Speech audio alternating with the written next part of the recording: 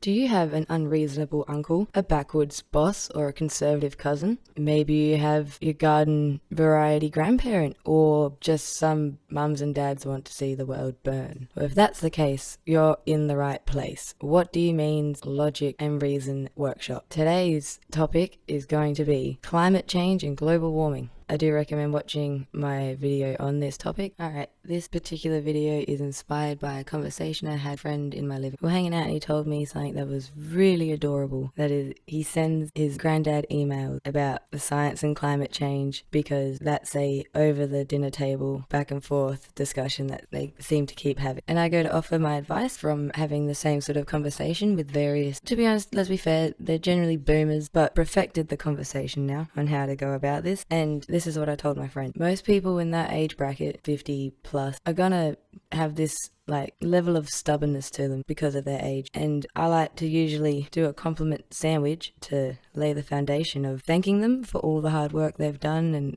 everything they've put into the community to make it such a great place to be, to allow me to thrive and become who I am and get the education that I've got. And then remind them that you really wouldn't want the next generation to be stupid or not on par with you. And considering with how technology's gone, you'd kind of want them to overtake you. Or else, what's the point in supplying and looking out for them? I don't think it's a competition. I think you're meant to build on the next lot, isn't it? But, anyways, I digress. So yeah, when they try to use their age as a reason to dismiss whatever you have to say, that's usually when I like to jump in and use their age to my advantage. And this is usually how a conversation with a boomer who likes to tell me that either from, no, we're not doing anything to the environment, to, okay, things might be happening, but it can't be man-made, to whatever different variation of that nonsense they want to come up with. I like to point out to them that when I was born, the only smoking ad I've seen on Australian TV have been them cutting open a lung and showing you tar, or having a family around a hospital bed around their family member with cancer from smoking. And that's all I've witnessed of it. And I explained that to them, and that then therefore they were there and they witnessed, and they were there for the whole transition from the sale at something ridiculous like, $1 a packet or a couple of cents a packet, to the realization, that's in quotation marks, that it's hazardous to your health, and then bringing in the health campaigns and educating people and making tighter restrictions around it, but not all without a fight. See, I came in and it was all well known that smoking is bad for you. And if you were there for when they were being sold to everybody, and then they go, all right, yeah, it's bad for them, but we won't tell them straight away. We'll have a lot of legal battles so we can keep up the profit. What would make anybody think that coal and oil wouldn't do the same thing? That's what really gets me. And if smoking, doesn't quite sell them, there's a few other good examples, and you can use asbestos, that's a good one, or lead, and I'm sure there's a few other things in a few other places. And it's always good if you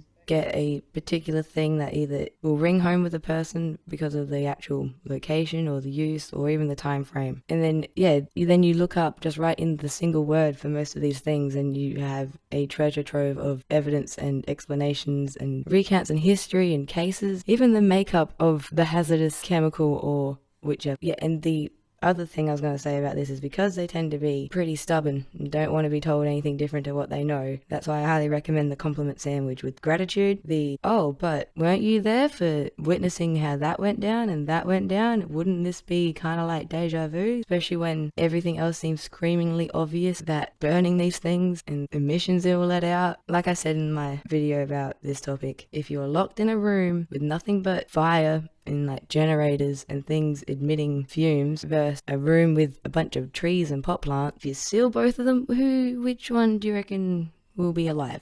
Don't even need to be a scientist, just looking at it from a logical point of view, because that's what really gets me is your average garden variety grandparent or your argumentative auntie aren't on the payroll of BP or Shell or ExxonMobil. I don't think that they're pocketing money from Woodside Energy or Adani. I'm pretty sure that they're just willfully ignorant. What you can't see can't hurt you, what you don't know won't hurt you, I guess, sort of thing. But especially if you're past 50, and if you have any sort of children, grandchildren, niece, nephew, anybody, just a friend that even has a descendant, wouldn't you want to not, first of all, just make it seem like their future means nothing to you, you. Secondly, not be on the wrong side. And thirdly, just not make yourself look really, really dumb. Like, it's not even an argument anymore. It's not even a debate. It's just the fact, the reality, and a whole bunch of people that want to stick their head in the sand until, I guess, sand becomes too hot. So yeah, just to finalize, if they were there to witness the same sort of thing happen and they saw how that played out in real time, why would they think this is any different? If you just look at a coal plant, does it look like it's good for breathing or anything? If you just look into how any of these like fossil fuel reliant energy sources operate, you can see the massive amount of problems that then come with it. And this leads me to my final point. I remember thinking as a young child, right? That's my advice to everyone. Question things sometimes like